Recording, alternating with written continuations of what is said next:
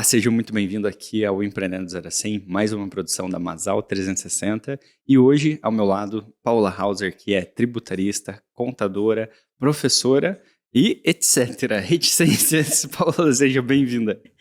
Obrigada, Lucas. Obrigada, Masal, também pelo convite. E etc. E etc. E etc. Pronto para qualquer parada. Uhum. Paula, vamos começar falando um pouquinho sobre a sua história, sobre a sua carreira. Como que foi a decisão para você ser contadora? Vamos lá. Eu sempre falo que eu sou professora, né? Então eu pergunto também para os meus alunos por que eles escolheram o curso de contabilidade. Sim. Hoje até eu vejo um pouco mais isso, mas a gente não conhece alguém que sonhe em ser contador, igual, eu sonho em ser médico, eu sonho em ser advogado, engenheiro, mas contador, a gente não escuta falar, né? A pessoa Verdade. sonhar em ser contador. Eu também sou dessa mesma leva, não sonhava em ser contadora, mas hoje sou apaixonada pela minha profissão, graças a Deus fiz uma boa escolha. Eu comecei a trabalhar super cedo, estava ainda no segundo grau e etc, e acabei entrando numa empresa na época de RH e marketing, inclusive. E nessa empresa, quando eu entrei na recepção e passei para o setor de RH. Quando eu passei para o setor de RH, eu terminei o segundo grau, eu falei, o que eu vou fazer agora? E aí eu queria ser advogada, né? Queria ser advogada, mas aí eu ia super bem em matemática, na escola adorava matemática. E aí, vou ser advogada, vou ser contadora, né? Porque o contador eu tinha um contador que ele era o meu chefe, então eu admirava bastante ele e falei, vou fazer contabilidade por causa dele e por causa da matemática. E eu não sabia que a contabilidade não era matemática, né? É o que todo mundo acha que é, não é uma ciência exata. E aí acabei indo para contabilidade por conta disso, mas por uma escolha ali, porque eu já estava no mercado. Então é um negócio que você escolhe porque você já está ali. Você foi escolhida. Eu fui escolhida, exatamente, acho que foi isso. E aí por isso que eu entrei nesse curso. Aí durante a faculdade, eu trabalhei sempre com RH, sempre com folha de pagamento, até o último dia da faculdade. Durante a faculdade, eu já quis dar aula. Então, eu já me vi ali, puxa vida, quero ser professora também, etc. Aí, entrei numa empresa de consultoria tributária, logo que eu terminei a faculdade, e já comecei o processo para ser professora. Comecei a fazer pós-graduação, mandar e-mail para todas as faculdades possíveis. Uhum. E aí, eu entrei para ser professora. E aí, caí na parte tributária também, porque eu achei que eu ia trabalhar a vida inteira com folha, com RH, fazendo folha. Sim. E acabei indo para consultoria tributária. Quando a gente conhece algum assunto, a gente acaba gostando, né? Exato. Na verdade, é mais nesse sentido. E aí eu me identifiquei bastante, vi que isso podia me ajudar a dar aula, e aí continuei nessa carreira aí até hoje. Legal. Então, você foi se especializar em tributos. Tributos. Legal. E aí, isso te abriu portas também não só na área educacional, digamos assim, mas você também abriu sua própria empresa e hoje atende alguns clientes aí na área de tributos e também folha de pagamento, todo esse tipo de coisa. Eu, na verdade, quando eu comecei a parte na área tributária, eu trabalhava numa empresa de consultoria. Empresas pequenas ou escritório de contabilidade que precisavam de uma consultoria. Então, eu era mega profisco, entendeu? Eu falava que estava na lei e não tinha muita opção. Aí, acabei saindo de lá, fui para auditoria e vi um outro lado, e a consultoria também tributária, planejamento, e vi um outro lado do tributo, não só profisco. Olha, tá na lei, mas existe brecha, então você pode aproveitar isso. Isso aqui não tá na lei, então de repente a gente também pode utilizar. Então fui entendendo, foi totalmente o mercado que me levou nesse sentido, assim, sabe? Entendi. Então eu fui entendendo como que poderia ajudar as empresas como tributarista. Que tributa, ninguém gosta de pagar imposto, né? Ninguém acha, Sempre tem esse. né? Então imposto é um negócio, nossa, eu não quero falar de imposto, que é um tabu, porque não precisa ser, né? Na verdade, todo mundo tem que pagar, então a gente tem que conhecer. E aí eu fui nesse sentido de, bom, já que eu sei tributo e eu consigo utilizar ele de uma forma para ajudar as empresas, por que não? Então, aí eu comecei a atender empresas em planejamento tributário, contabilidade, né? Contabilidade como um todo, aí desde a escrituração contábil, obrigação acessória, fiscal e folha de pagamento. Mas a consultoria e o planejamento é uma parte mais forte, assim, para mim. É o que eu acho que eu gosto mais de fazer, sabe? A consultoria tributária, na verdade, é para você entender as leis, claro, você entender todas as leis, mas digamos assim, você estar de acordo com a lei, mas achar algumas brechas para poder justamente fazer uma economia no pagamento dos tributos, é mais ou menos isso? É mais ou Explica menos pro isso. pessoal. Quando a gente fala de planejamento, tem um planejamento basicão, que é identificar o melhor regime tributário. Perfeito. A gente tem um regime tributário do Simples Nacional, que quem é empresário conhece, e todo mundo quer ser simples, porque Uhum. ela é uma tributação unificada, às vezes o contador induz também o empresário a ser simples, mas nem sempre o simples é mais vantajoso. Então a gente começa o planejamento nesse sentido, dependendo do tamanho da empresa, se ela for pequena, dá para fazer um planejamento assim, esse na verdade é o básico do planejamento Uhum. tributário. E aí depois você vai identificando outras oportunidades. Eu vou ver se meu produto, eu posso mudar alguma coisa para melhorar a tributação. Um exemplo que a gente tem de planejamento tributário, que ficou muito conhecido, é o sonho de valsa, que era bombom, virou wafer. Isso é planejamento tributário. Como que virou wafer? Mudou-se a composição do produto e a embalagem também mudou por conta disso. Olha, Isso era legal. planejamento tributário. Então, ele como bombom, ele tinha uma tributação maior. E ele, quando virou um wafer, né, uma bolacha, sei lá, um biscoito, ele teve uma tributação, ele foi tributado a alíquota zero de um determinado tributo. Olha que doideira. Então, isso é uma forma de planejamento tributário. Todo mundo acha que é o marketing que fez isso, Todo né? mundo acha que a embalagem é para pesquisa deixar o produto mais crocante, mas não é. É pesquisa de produto, pesquisa de mercado, e foi o marketing que falou, cara, nós temos que fazer isso. Exatamente. E às vezes não, né? Exatamente. Então, isso é um planejamento tributário. Então, não é só olhar o regime como um todo, é olhar alguma particularidade. Eu posso, né? Claro que é isso tudo numa elisão que a gente fala, né? Fazer um planejamento de fato dentro do que a lei permite. Então, eu posso mudar? O que vai melhorar para minha empresa? Eu posso buscar a oportunidade de abrir um estabelecimento em outro estado, né? Antes de reforma, pelo menos. Em tal estado tem benefício para importação. Santa Catarina é muito comum as empresas abrirem importadoras lá, porque tem benefício fiscal para importação. Então, a gente pode utilizar o planejamento para pensar num negócio como um todo, né? Um planejamento estratégico da empresa, não só tributário. Legal. Ou seja, chega uma empresa que fala, eu quero trazer minha unidade que está, de repente, num outro país, quero trazer para o Brasil. E vem para um tributarista, o tributarista vai entender em qual estado que tem um benefício mais interessante para a parte de importação ou da parte de produção também. É nesse sentido que se dá o trabalho. Sim, é nesse sentido. Isso já é um planejamento grande, né? Para uma empresa grande. Então, vai desde a pequenininha, da esquina, que pode talvez não ser Simples Nacional, até as empresas internacionais que vêm para cá, quer saber aonde que eu vou abrir a minha subsidiária no Brasil para mandar produto. Aí a gente tem que fazer o estudo, pensar nos estados aí que tem a maior vantagem tributária. Até vamos pensar assim num empresário que está começando ou que está numa empresa menor e precisa estar com essas dúvidas, né? Quais são os regimes hoje mais comuns no Brasil e quais são os mais comuns para se iniciar uma empresa? Tá. Os regimes que a gente tem lucro Simples Nacional, lucro presumido e lucro real. Tem um regime lucro arbitrado, mas eu não vou falar dele, que na verdade é um regime que a gente quase não usa. Então, a empresa que está começando hoje, em regra, ela vai seguir como um Simples Nacional. Tem o MEI também, né? O MEI é uma pessoa física, então vamos pular o MEI, porque o MEI é uma questão... A gente já falou, né? O MEI tem que ser O MEI é uma pessoa física, tem uma tributação mais baixa, então, eu quero, de fato, abrir uma empresa.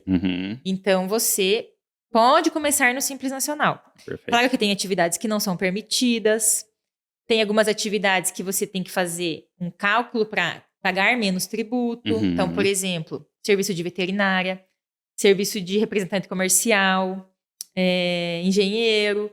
De repente, o Simples Nacional fica mais caro se não tiver folha de pagamento. Então, o contador tem que te ajudar a fazer esse cálculo. Legal. Pode ser que o Simples sim seja mais vantajoso. Então, você faz o cálculo e mostra para o empresário. Normalmente, a gente abre empresa no Simples Nacional. E quando ela vai crescendo, você vai vendo oportunidades, né? Empresas comerciais, ou empresas industriais. Eu industrializo vestuário, por exemplo, ou tecido, né? Às vezes tem benefício de ICMS, tem benefício de IPI, que dentro do Simples Nacional a gente não pode usar. Você não consegue ter esses benefícios. Não pode, porque o Simples Nacional ele já é um regime tributário diferenciado, ele já é um benefício fiscal. Que já, o nome já diz, né? Eles Exatamente. simplificaram, você paga um imposto único, Único, mas não tem também benefícios. não tem Então, benefício, não tem crédito, não aproveita alíquota uhum, zero, não aproveita outras coisas uhum, que outros regimes podem aproveitar.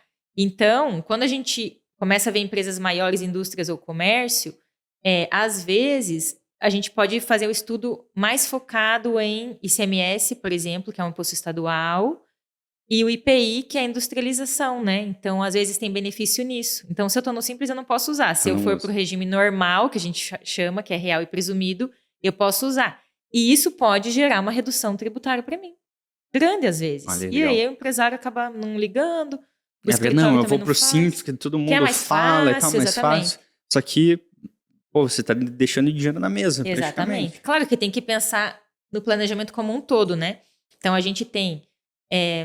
Estou falando de benefício de CMS e IPI, mas aí eu vou ter mais custos de gestão tributária, que Uhum. é obrigação acessória, que tem que mandar mensal, o Simples Nacional tem, mas Ah, ela é menor. Eu tenho talvez que pagar mais a contabilidade, eu tenho que ter um uhum. cara do fiscal dentro da empresa, então tem que pensar na gestão tributária, na verdade, né? É no Falar do todo, né? planejamento, Eles exatamente. fazem um planejamento quase administrativo junto, Sim, né? Porque tem que exatamente. andar tudo De negócio mesmo. de negócio. Uhum. E todo esse trabalho o tributarista faz ou é um trabalho que a Paola faz? Como que é o mercado? É. Nem todo tributarista faz, aí depende. Uhum. Porque assim, ó, tem muitos tributaristas que são advogados, então eles são mais focados Ah, em, legal. Leis. em norma Uhum. específica, não em obrigações acessórias, que o contador já está mais acostumado, não que seja uma obrigação da função. Mas a gente acabou pegando isso pra gente como contador, né? Como Uhum. escritório, né? Que cuida da empresa e etc. Então, eu posso ter aquele tributarista que faz levantamento de crédito, ele não vai estar envolvido nisso. Mas aí, eu, como contadora e tributarista, vou fazer um planejamento e uma gestão, né? A gente vai identificar a gestão, ó, beleza. Empresário, esse aqui é quanto você paga hoje, esse aqui é quanto você vai pagar amanhã se você mudar. De tributo. Então, vamos ver o restante. Vai mudar a folha de Uhum. pagamento, né? Que vai mudar os encargos. Quanto que vai custar o serviço de contabilidade? Você vai precisar de um funcionário interno? Então, tudo isso tem que pensar. E a gente pensa quando a gente faz o planejamento, sim. Legal, que aí vai uma proposta. Ó, se você estiver nesse regime, a proposta da contabilidade vai ser mais ou menos essa. Exatamente. Enfim, Muda um aí você pouco. Muda um consegue. pouco. Muda um pouco. Quando eu Legal. faço planejamento, eu faço normalmente um relatório. Eu gosto muito de Uhum. escrever coisas técnicas, relatório, Aham. né? É o diagnóstico, né? E aí, nesse documento, a gente consegue colocar essas visões, assim, diferentes, né? Então, ó, você tem essa economia aqui, mas aí você pode ter isso, isso. Então, a gente coloca as sugestões dentro do relatório e o empresário vai fazer a opção dele, né? Legal. E esse planejamento pode ser que não seja somente naquele momento, né? Você pode dizer, ó, nesse momento vale a pena você ficar nesse regime, mas a gente vai fazer uma construção para daqui, de repente, um ano, né? No próximo, na virada do ano, você passe a ser um regime diferente, enfim. Acho que é mais ou menos por aí, né? Também, a gente faz isso sim. E pensar, tem empresas que têm grupo de empresa. Então, às vezes, você faz planejamento para o grupo, Olha, entendeu? legal. Então, assim, tem que pensar no médio e longo, né, prazo, porque hoje esse regime é mais vantajoso. No Simples Nacional sempre vai, sempre não, né? Mas se eu for pensar no hoje, o Simples Nacional em regra vai ser mais vantajoso no hoje. Sim. Mas e amanhã, se eu crescer? Então a gente pode pensar, a empresa tem um budget, um orçamento? Ah, tem. Então vamos pensar no ano que vem como que vai funcionar Uhum, esse planejamento. Agora a gente está chegando no final do ano, é época de fazer planejamento mesmo, é época de identificar qual que é a projeção do ano que vem, uhum. como que vai estar o mercado, né? Que o mercado também deu uma diminuída esse ano, então as empresas estão um pouquinho mais cautelosas, acabaram não mudando de regime. Então, isso tudo tem a ver com o mercado, o que vai acontecer, e a empresa, qual que é o orçamento dela, né? A visão dela para o próximo ano. Perfeito. Agora voltando, a gente falou um pouquinho do MEI ali, né? Então, e a gente entende que o MEI é uma coisa à parte, assim mesmo, né? Quando que o MEI foi criado? Será? É 2018. Acho 2018. que é Olha, 2018. é tudo meio recente, né? E aí teve essa formalização, digamos, daquelas pessoas que eram autônomas, né, na época. E hoje em dia, eu acho que gerou uma, uma questão assim, eu sou MEI, eu tenho eu pago lá um valorzinho por mês para ter a manutenção, mas não tenho tanta responsabilidade, enfim. Mas não é bem por aí, né, Paula? O MEI também é uma empresa como outra qualquer e às vezes tem que ter esse planejamento da mesma forma para saber se o MEI realmente vale a pena para a pessoa, não é? Tem que. É legal, Lucas, você falar disso, porque o que mais a gente vê é MEI com dívida tributária, Sim. que é tão pouquinho, né? Um Aí, valorzinho mensal lá que eu vou ter que pagar. Mas aí o que acontece? Quando o MEI surgiu, foi feito muita mídia para ele, né? Ah, se formalize, você vai ter benefício previdenciário, vai poder se aposentar, a mulher vai poder ter licença maternidade, formalize-se. Beleza, todo mundo se formalizou lá em 2018 ou 2019. Todo mundo quis abrir o MEI. Abre na hora, você não precisa de contador, então beleza, eu vou ter um CNPJ. O que aconteceu? A mídia falou muito da formalização, mas esqueceu de falar que, mesmo que o MEI não tenha faturamento, ele é obrigado a fazer a contribuição mensal. Então, ele tem lá 5% referente ao salário mínimo, ele tem R$1 de ICMS e R$5 de ISS, dependendo da atividade dele. Então, ele tem que pagar lá uma taxa mensal. Mas não tem faturamento, não importa, tem que pagar. Então, o que aconteceu? Muitos MEIs ficaram com dívidas tributárias por conta dessas taxas aí que ficaram em aberta. Porque, o cara foi lá e abriu no portal do empreendedor. Ou foi no Sebrae e abriu. Só que ele não teve o cuidado seguinte, porque ninguém ensinou esse pequeno até porque não tem um empresário. contador, né? Não é Exatamente. obrigatório ter o contador. Não é obrigatório ter contador. Na verdade, o MEI surgiu como mais uma forma de arrecadar, né? Claro que tem a formalização, não é ruim. O governo fez o seu planejamento tributário. Com certeza, e viu o governo que fez o seu planejamento. Isso mesmo. E aí, os MEIs, assim, acabaram ficando endividados. Ixi, que eu já peguei de MEI, assim, com dívida para parcelar. E antigamente o MEI nem parcelamento tinha, então você tinha que pagar o valor inteiro. Hoje ainda a gente tem o parcelamento. Então, precisa cuidar, sim. Outra coisa importante, que antes do Pix, até a Receita Federal não tinha tanta essa informação, né? Tanta essa fiscalização. Hoje existe o que as pessoas estão chamando de fiscalização do Pix. Olha. Eu tenho meu CPF e eu tenho um MEI, um CNPJ como MEI. E aí, beleza, não importa como eu receba, se eu sou PJ ou não é essa questão. Mas aí eu começo a receber de prestação de serviço no meu MEI e também no meu CPF. Recebo o Pix lá no meu CPF, recebo o Pix no meu CNPJ. O que a Receita Federal está fazendo desde o ano passado? Está pegando esses MEIs, vinculando com o CPF dele e olhando as contas. Não importa se é conta física e jurídica ou só física, que é muito comum a gente receber na física. E olhando lá o extrato do cara, o que entrou de Pix, né? A gente fala Pix, mas é tudo depósito, TED, DOC, sei lá, qualquer coisa.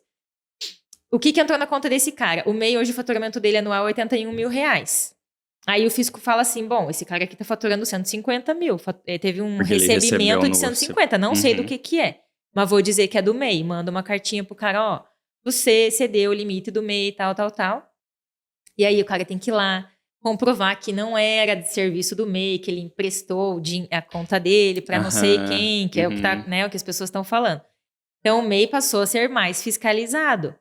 Quando a gente tem um MEI e a gente não cuida disso, pode ser excluído. Qual que é o problema da exclusão? Primeiro, excediu o limite de R$81 mil dentro do ano, eu posso ser excluído ou no ano seguinte ou retroativo ao início do ano.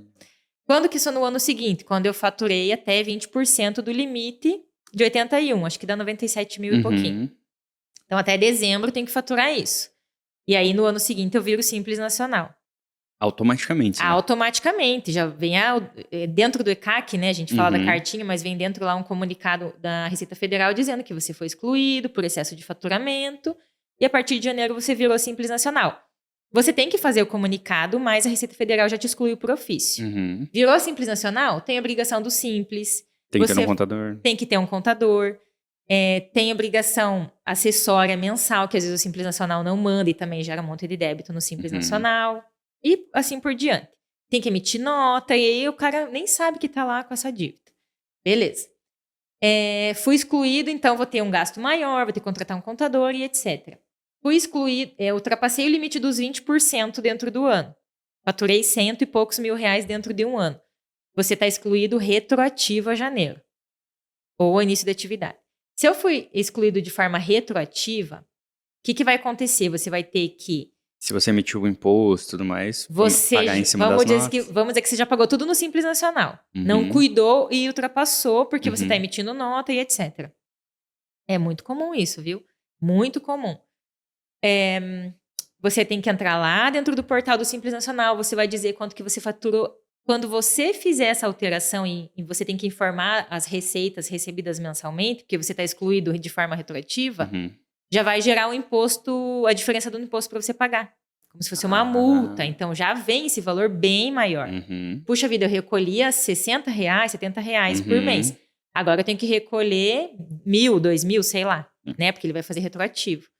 Então, aí o débito gera no momento que você fez a exclusão. E aí você tem que ir lá e pagar ou parcelar esse débito. Então, aí que está o problema do MEI. Não cuidou, vai poder ser excluído. Isso daí nossa senhora, o que eu já peguei de MEI que está com não só débito, né? O débito é o de menos, na verdade, que o débito você parcela, mas exclusão retroativa por excesso de Muito receita. pior. Porque ele não cuida da nota fiscal, ele está emitindo nota, emitindo. O MEI é 81 no ano, a gente faz uma média de 6 mil e pouquinho por mês, 6.700. Ele pode faturar 10 mil no mês? Pode. Só que no outro Só tem que no outro ele tem que cuidar, então ele tem que ter dentro do ano isso. E ele vai emitindo, aí chega no final do ano, se ele não emitir nota, ele não pode pegar o serviço. Ele vai fazer o quê? Ele vai pegar o serviço. E ele vai emite. emitir a nota. E aí tá excluído. Então é bom sempre conversar com o contador, mesmo que seja MEI. Porque aí fica essa coisa mesmo, vou pagar lá meus 70 pila, não preciso pagar um FII para um contador e tal, tá tudo bem. Mas aí você, de repente, pode perder muito mais lá. Exatamente. E aí, que assim, ó, as pessoas têm uma cultura de achar que o contador, até que tá mudando, mas assim, quando eu virei contadora, que eu me formei, a gente viu uma cultura aqui no Brasil de contador ser o mal necessário. Mal necessário eu sou obrigada a ter esse cara aqui para prestar serviço para o governo. Então, o contador, ele não pode ser visto como um emissor de guia de imposto. A gente não faz isso. Então, o contador vai fazer uma gestão do teu negócio e tributário ao mesmo tempo. Então, pense em gestão de negócio. Eu sou MEI. Beleza, você é MEI, mas você pensa em crescer? Não. Então, tá bom, não pensa em crescer, você vai ser MEI e você vai ter o teu faturamento lá pequenininho todo mês. Hoje sou MEI porque é uma estratégia, não tenho dinheiro para pagar um imposto alto e tal. Quero crescer? Quero. Então, por que não ter um contador? Que você já quer crescer, ele vai te ajudar. Entendeu? Então, essa gestão, né? Às vezes o MEI precisa dessa gestão, porque a gente não é ensinado na escola a fazer isso. Né? Empreendedorismo. Então, a gente sabe fazer uma atividade. Agora, a gestão do negócio, a gente não aprendeu. Mas, de repente, é bom ter um especialista, alguém que vai ajudar um olhar de fora do teu negócio. Eu sei fazer marketing. E eu não sei fazer conta. Então, vai fazer marketing, deixa que a conta a gente faz. Exato. É porque ainda ficou mesmo essa sensação que o contador vai chegar no final do mês, emitir todas as guias, mandar para a empresa pagar os impostos e encerrou por aí, né, o trabalho. Eu acho que, lógico, tem muito da cultura do escritório que você vai buscar e você tem que fazer esse planejamento, claro. Essa busca, né? Mas, na verdade, o contador é um braço da administração, é um braço da tua gestão, do teu crescimento, né? É isso que as empresas e quem está começando, o MEI, enfim, tem que ter como ali decisório na hora de escolher um escritório, né? Porque assim, se a gente for olhar as empresas grandes, elas têm o setor de contabilidade. E a contabilidade faz o quê? Faz gestão de custo. O meu custo está adequado, o meu preço de venda está adequado, eu preciso de uma gestão de custo para saber se o meu preço está adequado. Então, o contador vai fazer isso, né? Quando você tem uma empresa pequena, você não tem um setor fiscal e contábil. Será que a nota fiscal que eu vou emitir para aquele estado tem substituição tributária, tem, sei lá, um monte de coisa do ICMS, só para falar de uma notinha fiscal.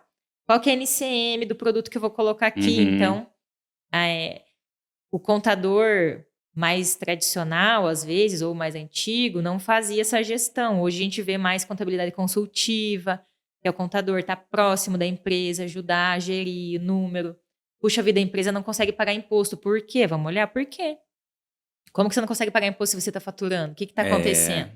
Então, vamos olhar o número, vamos olhar o extrato, sabe? Então, quer dizer que provavelmente o custo do teu imposto não está agregado na margem ali, né? Pode ser que o imposto não esteja agregado, exatamente, pode ser. E como que a gente está falando aqui, lógico, de empresas gigantescas, às vezes, que já tem todo esse planejamento e tem, às vezes, né, um setor específico para composição de preços ali quase que semanal ou até diária às vezes, né? Vendo tudo que está Sim. acontecendo, porque tem muitos produtos, né, de base que mudam a todo momento, né?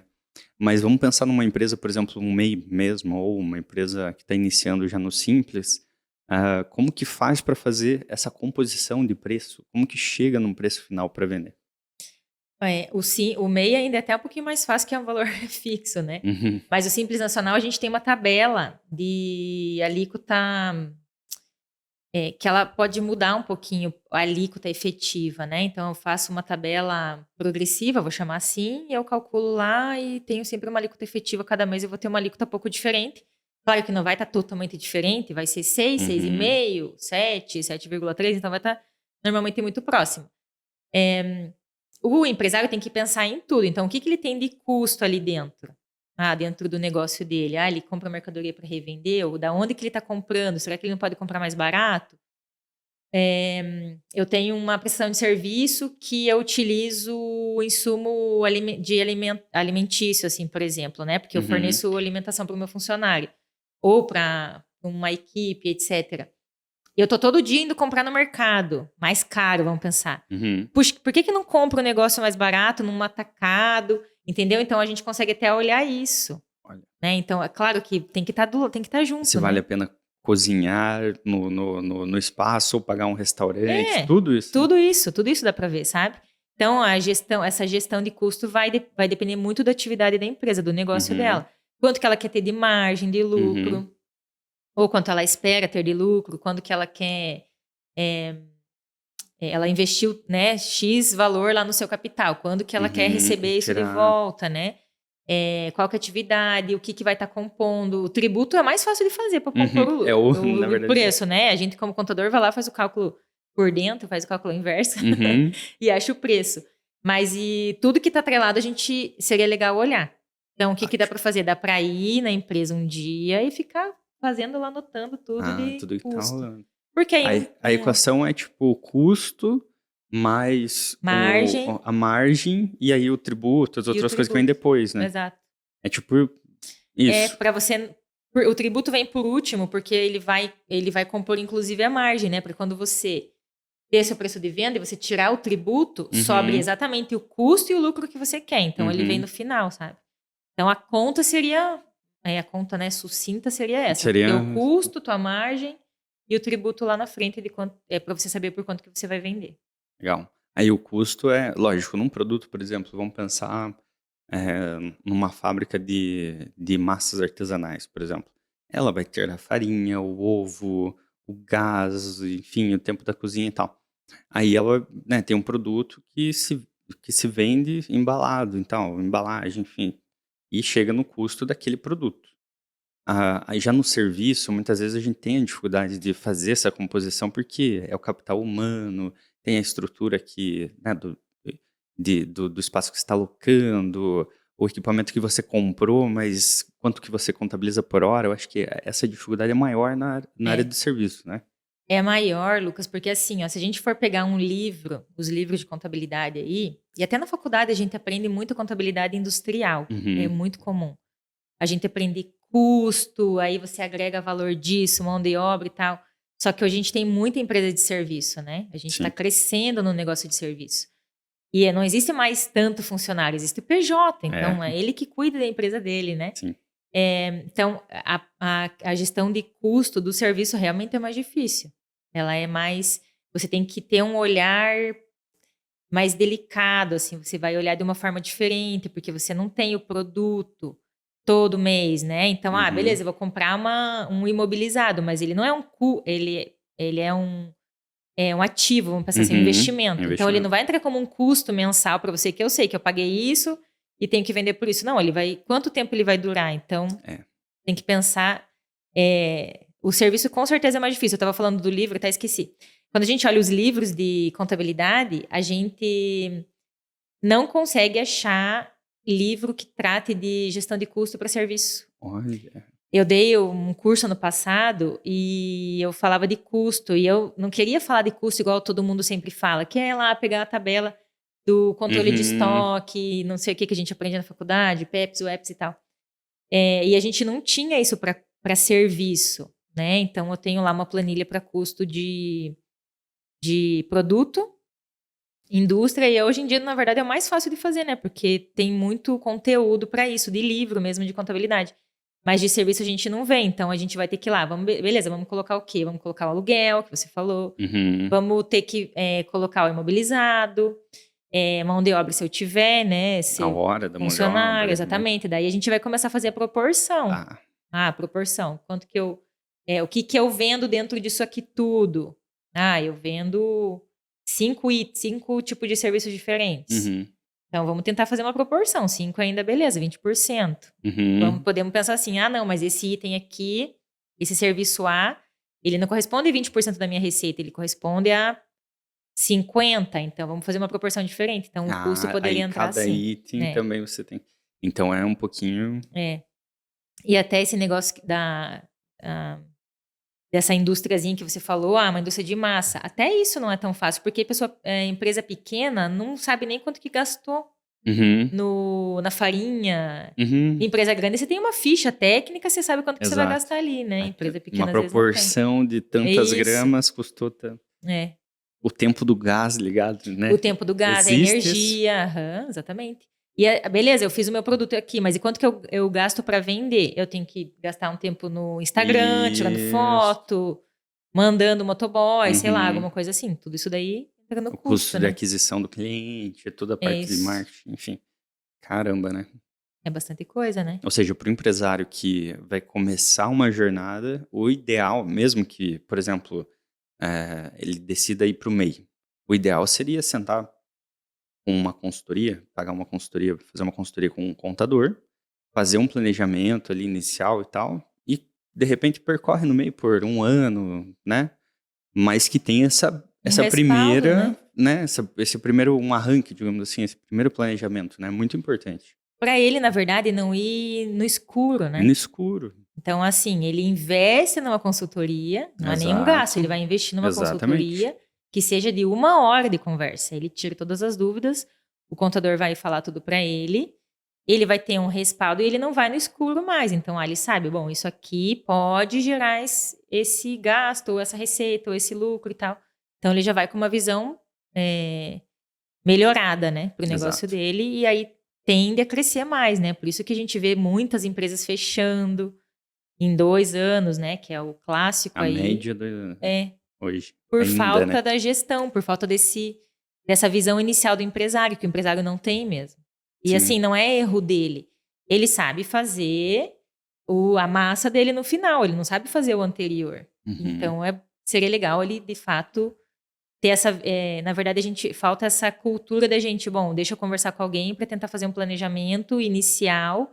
Não vou ter um contador, você MEI, não tem problema, mas faz um negócio inicial assim. Exato. Faz essa consultoria. Porque aí vai muito do sonho da pessoa, né? Eu tenho um sonho de começar a fazer tal coisa. Eu sei fazer, eu amo fazer isso, então eu vou abrir um negócio disso. E aí a pessoa pensa o quê? Pô, eu tenho que alugar um lugar, tenho que comprar insumos, produzir e vender. E aí você faz essa matemática, né, simples e esquece que tem todo o resto. E aí acontece, infelizmente, muito isso dos 2 anos. Às vezes é um negócio muito incrível, uma ideia, assim, fantástica, né, que a pessoa tem amor por aquilo, mas infelizmente acaba dando essa escorregada, assim, que é não fazer um planejamento. Exatamente. E que legal que você falou do sonho, né? O contador, na verdade, ele é um realizador de sonhos. Exato. Olha que coisa, ele pode ajudar, eu posso te ajudar a realizar teu sonho de ter o teu negócio. Você não precisa pensar nas coisas burocráticas, deixa que eu penso, entendeu? Então é uma parceria, na verdade. E ele sabe fazer isso, ele quer realizar o sonho, ele quer trabalhar por conta, ele quer trabalhar para ele, quer ganhar, entendeu? Ter liberdade, né? Que é o que todo mundo quer hoje. Então, vamos fazer uma parceria. Você vai fazer o que você sabe fazer e eu vou fazer o que eu sei fazer e todo mundo vai realizar seu sonho. Eu vou te ajudar a realizar o teu sonho e você vai me ajudar a realizar o meu sonho. Pronto. Né? E ainda expandir esse sonho, né? Porque geralmente a pessoa vai com uma ideia... Às vezes ela pensa ali que ela só quer não ter que bater ponto. É só isso, né? Mas, de repente, é um negócio que pode super crescer e cresce, né? Cresce, se fizer tudo certinho. Eu acredito assim, lógico, a não ser que você tenha uma ideia muito, muito, muito ruim. Mas é muito difícil a empresa É muito difícil. não prosperar fazendo toda essa base bem feita. E também tem muita ideia ruim que se fizer bem feita, vai. O marketing bem feito. Tem gosto pra tudo. Tem gosto pra tudo. Que bom, né? Tem gosto pra tudo. Então, sim. Se fizer uma estratégia legal, dá pra crescer, claro dá que pra fazer. Paula, uma coisa também que, você na área tributária, eu acredito que é impactada muito pelo, né, tem que ser muito impactada pelo governo, pelas coisas que estão acontecendo na macroeconomia, né, nesse macroambiente. Como que essa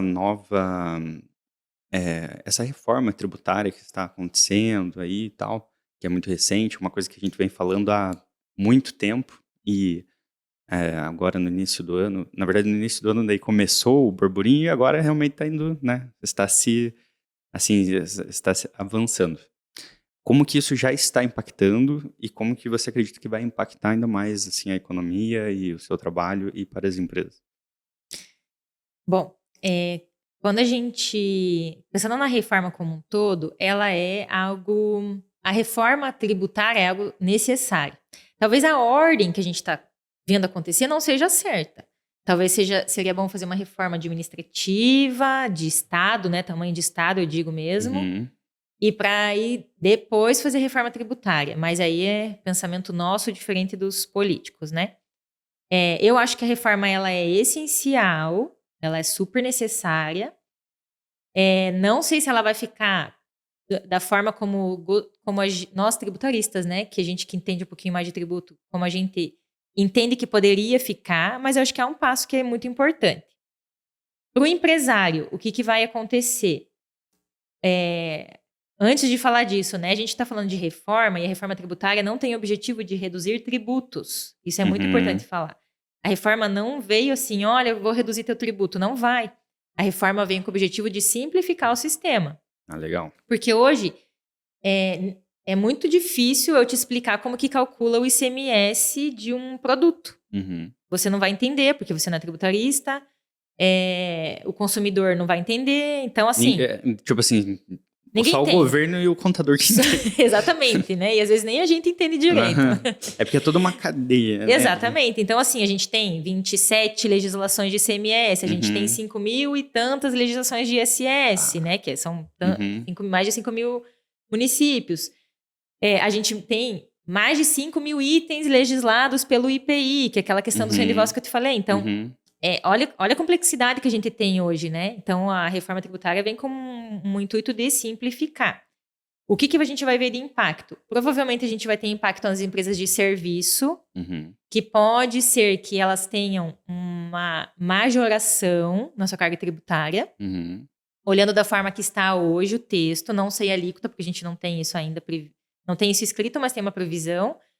Então, vamos pensar assim, uma empresa de serviço que paga 5% de ISS e, arredondando, 4% de PIS e COFINS, 9% sobre o serviço, né, de consumo, ela pode ser que tenha que pagar, sem falar do crédito, 40% de tributo. Que daí é o IBS, que é a junção do ICMS e ISS, que vai para 25%, 28%. Caramba. E CBS, que é a junção de PIS e COFINS, que, sei lá, deve dar para 10%, 12%. Então, é 40%. Então, o que vai acontecer com essas empresas? Mas elas podem aproveitar crédito. Beleza, então a gente vai ter que... Para saber se vai ser vantajoso ou não a reforma, vai ter que fazer cálculo. Tem que olhar o que vai dar direito a crédito. Porque você hoje talvez não tenha esse direito a crédito. Não tem. Mas no futuro pode ser que tenha. Então, você vai pagar mais, mas você vai também ter esse desconto daí na compra. Exatamente. Enfim. É uma não cumulatividade plena, né? Então, tudo vai me dar direito a crédito para todos os regimes. Hoje, alguns regimes têm, legal. Outros não. Né? Essa que é a diferença. Então, a gente vai ter que ver esse impacto depois, quando a gente falar dos créditos. Beleza. Então, eu vou poder tomar crédito de tudo. Vou poder tomar crédito de tudo, com exceção de folha de pagamento, que é pessoa física e não tributa, então não tem crédito que se falar, né? E aí, a gente vai ver essa contrapartida ali no final, se vai ser mais vantajoso ou não. Tem gente que entende que vai ser mais vantajoso. Eu, no meu ponto de vista, entendo que não vai ser mais vantajoso para o serviço. E eu concordaria em ter alíquotas ainda diferenciadas para atividades. Eu não concordo com uma alíquota única. Sim, Todo porque os mundo trabalhos paga são totalmente 28%. diferentes. Eu concordo em ter uma alíquota para serviço, uma alíquota para indústria, eu concordo com essa divisão. Uhum. Isso poderia ajudar melhor, né, o sistema. E ainda assim seria mais fácil do que é hoje, né? Ainda assim seria mais simplificado do que é Mas hoje. hoje, por exemplo, o ISS é municipal. E cada município tem o seu imposto. Nessa reforma seria nacional? Ou seja, a mesma alíquota para todos os municípios? Exatamente. É uma alíquota única. E daí ele vai se chamar IBS, que é o Imposto sobre Bens e Serviços, que daí vai juntar o ISS, nacional. Vai juntar o ISS, que é municipal, e o ICMS, que é estadual. Legal. Que a gente tem uma base de 19% do ICMS. Então vai juntar esses dois e vai ser uma alíquota única. Única. A ideia é essa, que uma alíquota... vem de cima, digamos assim, vai vir do nacional. Isso, evitar guerra fiscal. Então não vou mais poder ter da benefício fiscal, que a gente já tem mais uma limitação para isso. Evita, né? Recolhe mais centralizado aqui, não recolhe em tal estado, então vai evitar. Ele vai ser um tributo conjunto de estados e municípios. Então vai ter um grupo federativo lá e esse grupo que vai arrecadar o tributo e vai repartir para os estados e municípios. Entendeu? Então, a gente tem a CBS, que é a junção de PIS e COFINS, é um tributo federal. Continua sendo federal e é a União que vai legislar. Esse outro tributo é uma junção, né, de estados e municípios, representantes deles, e vai ser como se fosse nacional, na verdade, né? Mas eles vão receber o tributo e vai ter a destinação para os estados e municípios. Mas igualitário, por exemplo, se vamos pensar que São Paulo existe uma arrecadação muito maior do que talvez até o Paraná mesmo. Na distribuição vai ser também... Tem mais uma coisa que a reforma trouxe que eu acho que é muito legal. Isso sim evita guerra fiscal, que até poderia aplicar hoje. Que em outros países já funciona assim. Hoje a gente tem a tributação concentrada na origem. Então, da onde sai a mercadoria? Por isso que São Paulo tem uma maior arrecadação. Sai de São Paulo, então São Paulo vai arrecadar o maior imposto. Em relação ao imposto estadual, tá? Com a reforma, a gente vai ter o princípio do destino. Então, daqui 10 anos, né, que vai ter 10 anos para colocar em prática, né, reforma, a gente vai ter a tributação, o recolhimento, vamos pensar assim, vai ser no destino. Então, você comprou de São Paulo, não importa, você vai recolher... você vai pagar para quem está recebendo. Para o estado de destino, exatamente. Então, isso, de fato, distribui melhor, né, a receita tributária para o Estado Brasil, né, como um todo. Sabe? E que faz muito sentido, porque quem está comprando é quem vai fazer ele que paga a o tributo. economia. É quem compra que paga, né? Não vem não sai do nosso bolso, não está no preço. Sim. Faz todo sentido. Faz todo sentido, exatamente. Então, ele mora naquele estado, ele vai recolher para o seu estado e aí a tributação vai ficar lá no estado de destino. Isso também está no texto da PEC, sabe? Isso é legal. Isso é bem legal. Você acredita que nesses 10 anos que teriam para ser feitas essas adequações, as empresas vão começar já a fazer no seu primeiro ano ou vão esperar até o 10º? Como que você imagina que não é uma opção, né? Não é uma opção. Vou pegar aqui, que eu tenho uma colinha do tempo, sabe? Você tem alguns passos, tem um passo a passo, assim. A pessoa tem que seguir. Então, como que vai funcionar? Você viu? A transição, ela funciona. A gente está... Hoje, 2023, continua normal, 24 normal, 25 normal. A partir de 2026, começa a entrar em vigor uma parte. Legal. Então, você vai ter os tributos que a gente já tem hoje, 5, que vão ser extintos, e mais os 2 novos. Então, vai ser uma gestão bem maior em 2026. Então, começa a ter essa arrecadação. É como se você fosse recolher, além de 5, 7 tributos, mas você compensa o novo com o velho. Né? Então, beleza, começa assim. Em 2027 tem a extinção do PIS e da COFINS e aí vai ter recolhimento integral da CBS, que é a junção do tributo federal. Aí, 2028, que extingue 100% do IPI, de fato. 100%. Então, aí o IPI passa a ser alíquota zero e tal. Entre governo e sai governo existe essa, né? Eles abaixam o IPI, de repente a linha branca, que já teve todas aquelas... Agora não, essa ideia é que seja zerado mesmo. Exato, o IPI ele vai ser extinto junto com o PIS e COFINS e vai ser criado um outro tributo seletivo, inclusive. Lógico, né? não vai ser ainda não vai ser uma... Tudo bem. Beleza, aí a gente tem isso em 2029 até 2032, que começa uma redução gradativa da alíquota do ICMS e do ISS. E aí, uma redução também proporcional dos incentivos, porque a nova lei não prevê mais incentivo fiscal, principalmente de ICMS. A gente tem muito incentivo de ICMS no norte do Brasil, muito mesmo, sabe? Redução, assim, o cara, ele paga 10% do valor do imposto devido só, vira subvenção. Então, na verdade, hoje está tendo a discussão no Senado por conta disso, da reforma, né? Tá, e os benefícios desses estados, o que vai acontecer? A ideia é não existir mais benefício, porque é um tributo federal unificado, não tem mais, venha para cá que eu vou te dar benefício. Vai ser tudo igual para todo mundo. Então, os estados estão meio preocupados com essa questão de considerar tudo igual. Então, até 2029 que começa a redução do ICMS, que começa a mudança para o ICMS. Nossa. Até 2032. E aí, 2033, de fato, que a gente... Isso com o texto de hoje, tá? Se a gente tiver aprovação nesse ano, né? É que aí vai ter o sistema tributário integral e novo. Então, assim, não é uma opção. Beleza, mas o que o empresário faz hoje? A gente sabe que até 2025 vai continuar tudo igual. Todo mundo vai ter que se movimentar. Nós, contadores, a gente vai ter que se movimentar, porque a gente vai ter que fazer estudo dos nossos clientes. Sim. E talvez futuros clientes. Os sistemas que hoje... contábeis que a gente usa, fiscal, isso tudo vai ter que mudar, porque vai mudar a obrigação acessória, vai mudar a alíquota, vai mudar a forma de apuração. Aí, né? Exatamente. Então, vai ter tem o prazo, né? A gente tem esse prazo exatamente para isso acontecer, né? Então, não dá para ficar sentado esperando, quando a reforma vier eu penso. Não dá, a gente já tem que começar, tem que já ler a PEC, já tem que estudar, tem que pensar o que vai acontecer. Porque a gente, assim, tá com medo, será que vai sair? Alguma coisa vai sair, né? Alguma coisa vai sair, porque a gente está tendo bastante discussão disso, né? E, na verdade, esse é um pedacinho da reforma. Tem mais alguns pedaços ainda da reforma para acontecer. Tem algo, assim, muito importante que você acha que vale a pena citar aqui?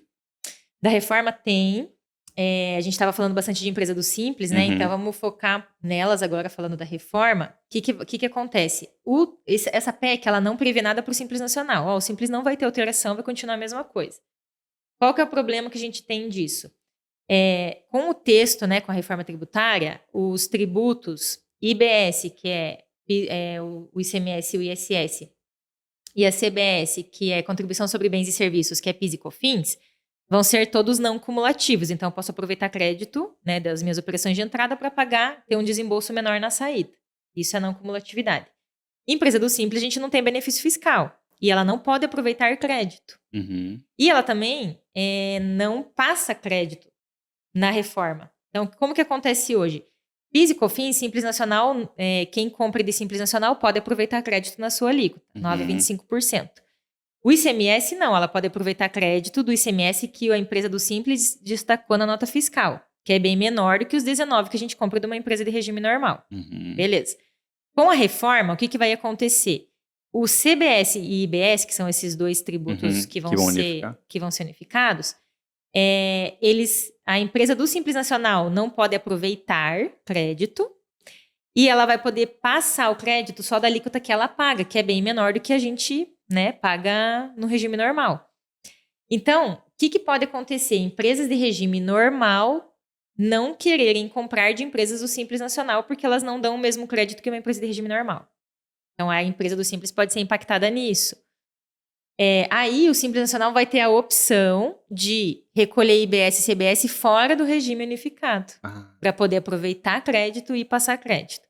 Então, assim, eu acho que de maior relevância para as empresas pequenas, esse é um ponto importante. E aí, o contador vai ter que ajudar o cara, né? Bom, beleza, você quer vender... Será mesmo que a gente vai ter uma redução de venda, né? Que a gente tem muita empresa do Simples, mas... Vamos pensar em 60% das empresas aqui no Brasil são Simples Nacional. Então, será que vai ter uma redução de venda? Pode ser que sim. Então, vamos ter que fazer a opção de tirar esses tributos de dentro do Simples e aí você passa a ser regime normal para esses tributos. E imposto de renda e contribuição e CPP, que é a contribuição previdenciária, fica dentro do Simples. Então, pode ser que o Simples ainda tenha uma grande mudança, né? No texto de agora, eles preferiram não mexer. Tipo, vamos deixar... Vamos deixar assim, mas vamos dar um benefício para ela não perder venda, né? Então, a gente tem esse impacto, assim, importante para as empresas do Simples. Olha. E para a pessoa física, para quem, né, para quem compra, para quem usa os serviços, Tá. tem algum benefício? Benefício nunca tem, né? Sempre é difícil.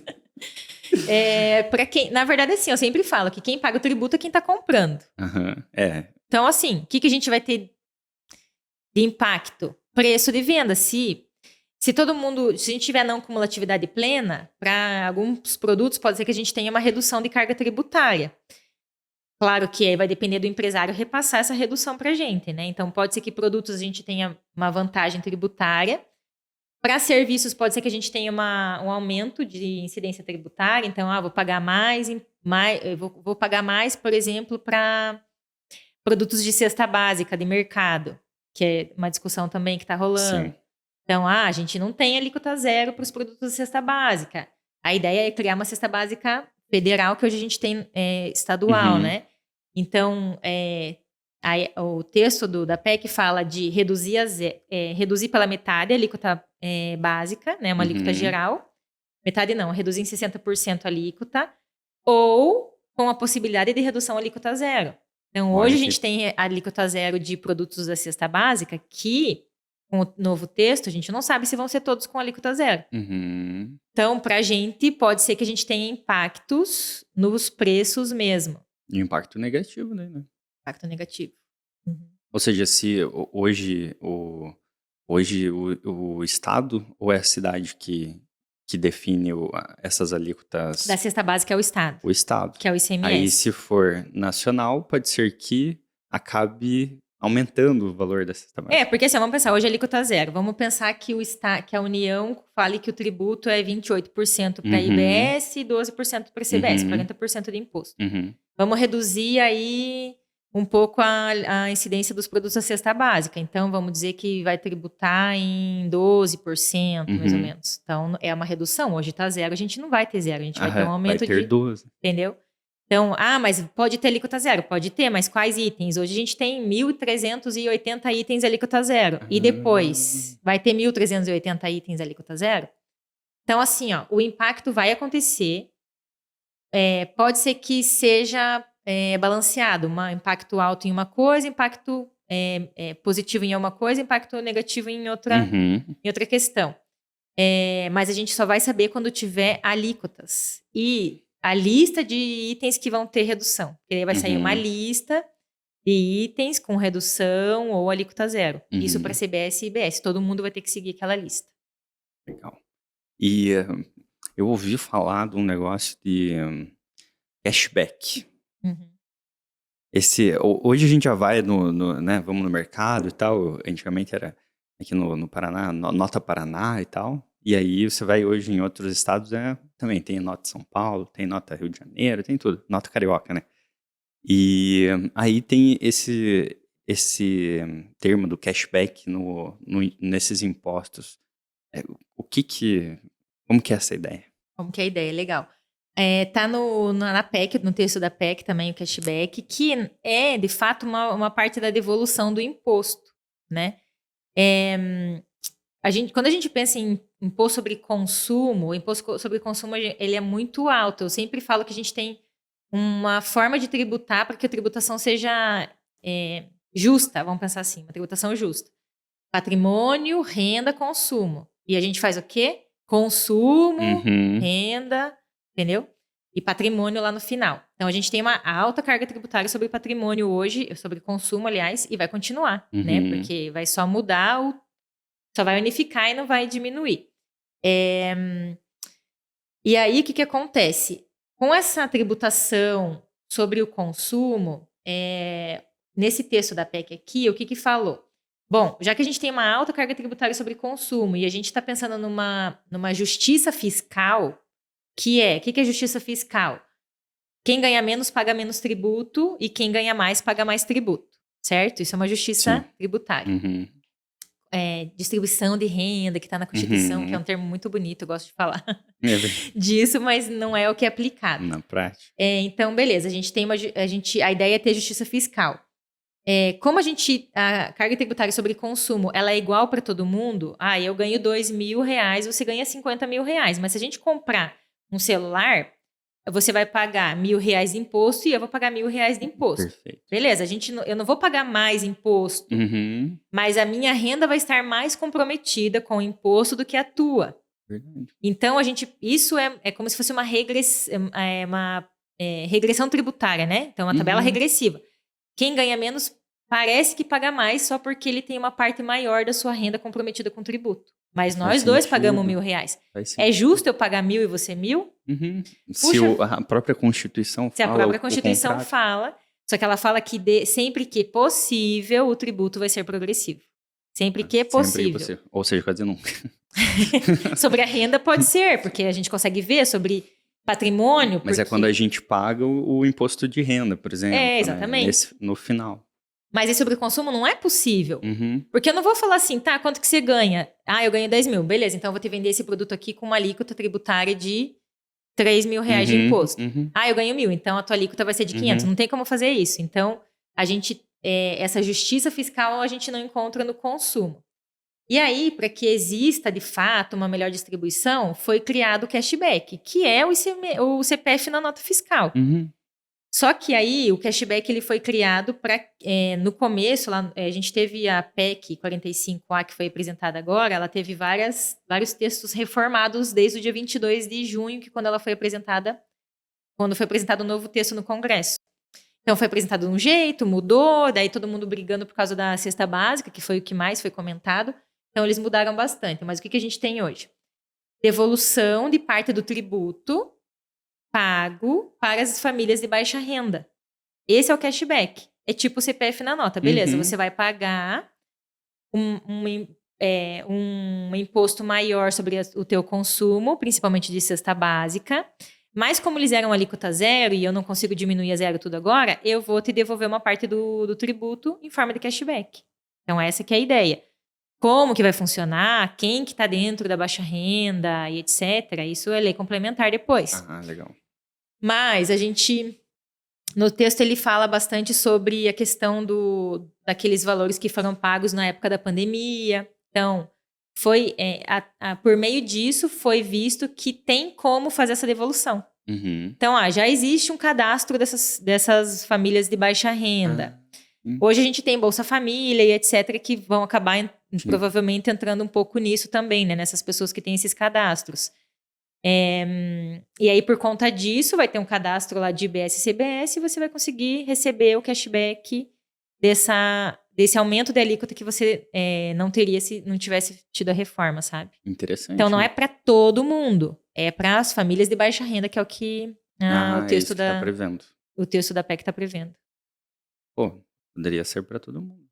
Poderia, né? Na verdade, poderíamos ter melhores serviços, de repente, né? Sim. Porque a gente já paga tributo, enfim. Então, o que a gente precisa ter de devolução é aquilo que o governo tem que dar. Que é a saúde, que é uma segurança, né? Então, o cashback já vem, né? Dessa forma. Uhum. É uma educação. Eles só vão receber dinheiro ali porque estão pagando um pouquinho mais no momento da compra da cesta básica em si, sabe? Então, essa é a ideia inicial. Não sei se vai ficar desse jeito, porque a gente não tem a lista ainda, está discutindo no Senado, deve ficar assim, mas é só isso que a gente tem de informação por enquanto. Nós vamos ter que voltar aqui e fazer um podcast Quando sobre sair, a reforma, né? Quando sair essa, né, de fato. Paula, o que você diria, assim, uma dica, assim, essencial para quem está começando uma empresa agora no sentido de planejamento contábil, tributário? Quando a gente tem muita... Eu acho assim, a primeira dica, converse com o contador. Eu acho que é a primeira coisa. Porque não tem como eu falar assim, você tem que olhar isso, olhar aquilo, olhar aquele outro, porque cada empresa tem um modelo, né? Então, se eu for abrir, por exemplo, uma empresa um escritório de advocacia, não tem muito o que se falar, sabe? Mas se for abrir uma empresa que tem um pouquinho mais de atividade, tem funcionário, uma empresa que vai ser um pouco maior, que vai ter insumo, uma indústria, daí a gente pode conversar mais. Então, assim, o que eu acho que é importante é conversar com uma pessoa que você confie que seja especialista, um contador, que vai poder te auxiliar, que vai poder te falar como que você vai emitir a nota, o que você vai pagar de tributo. Então, muitas pessoas vão lá, abrem empresa com um contador e nunca mais voltam. Sim. E aí elas acham que, né, estão funcionando. O contador também, às vezes, entra em contato, o cara não responde e vai falar, vou largar dessa empresa aqui, que eu não estou recebendo também para trabalhar. Pois é. E aí a cara fica cheia de dívida, e aí fica lá gerando declaração que não foi entregue. Quando você vai ver, 2, 3 anos está excluído, devendo um monte de coisa, e é só obrigação acessória, não é nem tributo. É multa. Multa porque é uma coisa que você deveria ter feito e não fez. Então, eu acho que converse com uma pessoa que você confie, que possa te ajudar a pensar na parte prática assim, do teu negócio, sem falar da tua atividade. A tua atividade é você que vai saber fazer e o restante, um contador, um especialista vai saber fazer. Perfeito. E para uma empresa que já está faturando, uma empresa que já tem funcionários, está aí há, digamos, 5, 10 anos no mercado e também precisa de uma dica, de repente, para se replanejar, o que você diria para um empresário de uma empresa desse tamanho? Converse com o contador. A mesma coisa. Mas aí, assim, eu acho legal conversar com alguém. Pode ser o teu contador mesmo. Chama o contador na tua empresa para ele ir lá e pensar numa estratégia. Olha, eu tenho hoje esse custo, eu tenho essas despesas, eu tenho esse tamanho de folha, eu não sei se eu preciso de tudo isso de funcionário, eu estou funcionando nesse horário, eu estou cobrando isso, eu estou pagando muito imposto, o que dá para fazer para melhorar? Eu acho que a primeira coisa você tem que conversar com o teu contador para ver se ele te dá alguma sugestão de como você pode melhorar o gerir, sabe? Uhum. E aí, se ele não te ajudar ou se ele não te atender, daí você vai ter que procurar fora. Mas, assim, um planejamento até de tributário bobo, sabe? A gente fala de bobo porque ele é comum pra gente, né? Aham. Regime tributário. Acho que é a melhor coisa que tem pra fazer inicial, assim, sabe? Pegar tudo, colocar numa planilha e entender o que Exatamente. Entender e ver. Ah, será que faz sentido isso aqui? Uhum. Então, Acho uma coisa muito importante que você fala muito é sobre o diagnóstico tributário da empresa. Ou seja, de repente uma consultoria, você pode fazer isso, você pode ter contador, você pode ter uma equipe até de dentro da empresa, mas você pode contratar um diagnóstico externo para você fazer uma validação, para você bater, ou ter uma outra referência, né? uhum. Então você faz um diagnóstico, como que funciona esse diagnóstico? O diagnóstico é bem planejamento, assim, sabe? Uhum. É bem legal de fazer, porque você não compromete a contabilidade, então você não vai Uhum. trocar. Você vai contratar um consultor e ele vai levantar o que você tem de balanço mesmo, o que você já tem de contabilidade, os tributos que você paga hoje, o que você tem de despesa de folha. E a gente consegue fazer um mapa com esses gastos que você tem e pensar nos regimes tributários. Então, é um diagnóstico de regime básico. Eu pago hoje tudo no Simples, mas eu fiz aqui um diagnóstico. E aí é o que eu falei já antes, né? Nesse diagnóstico eu consigo identificar, para essa atividade tem incentivo de ICMS? Ah, mas e se for um serviço? Naquele município, às vezes, tem até um benefício. Ah, a Uhum. gente tem um benefício aqui em Curitiba, Tecnopark. Uhum. É um benefício de ISS e ele só vale para as empresas de regime normal. Uhum. Reduz o ISS de 5% para 2%, se eu não me engano, Olha. ou 3%, uma coisa assim.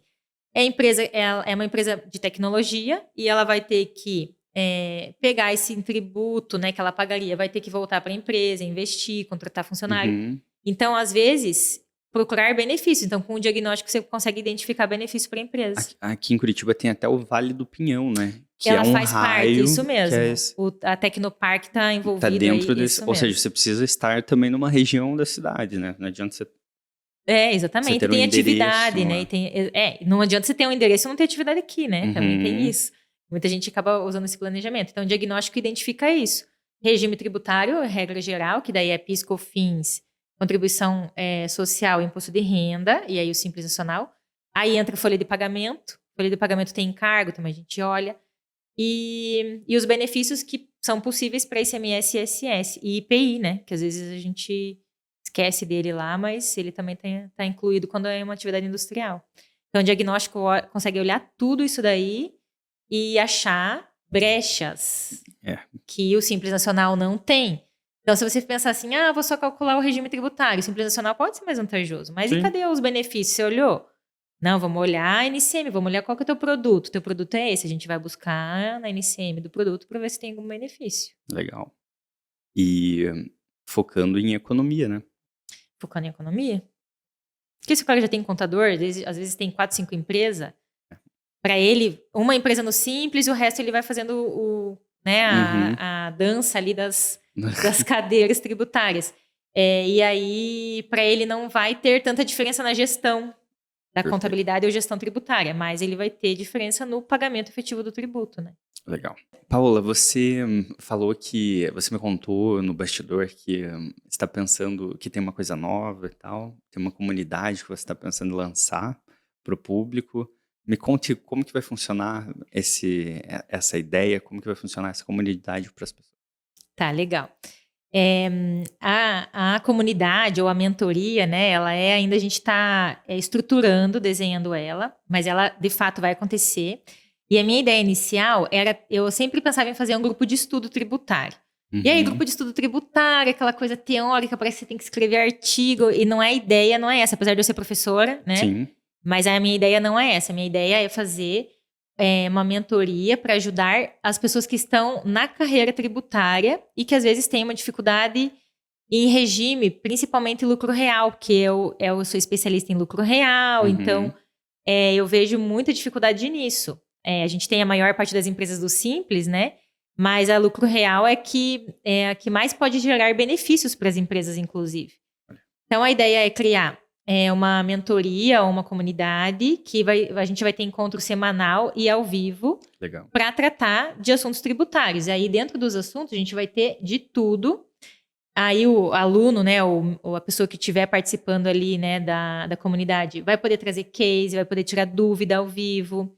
É como se fosse uma aula, numa sala de aula, mas com as questões pontuais das pessoas que estão participando. De uma forma também mais descontraída. Descontraída, assim, você quer fazer mais descontraída. solta do que, às vezes, na sala de aula. Não formalizado. Né? A sala de aula a gente segue, né, uma ementa da instituição, do CRC e do MEC.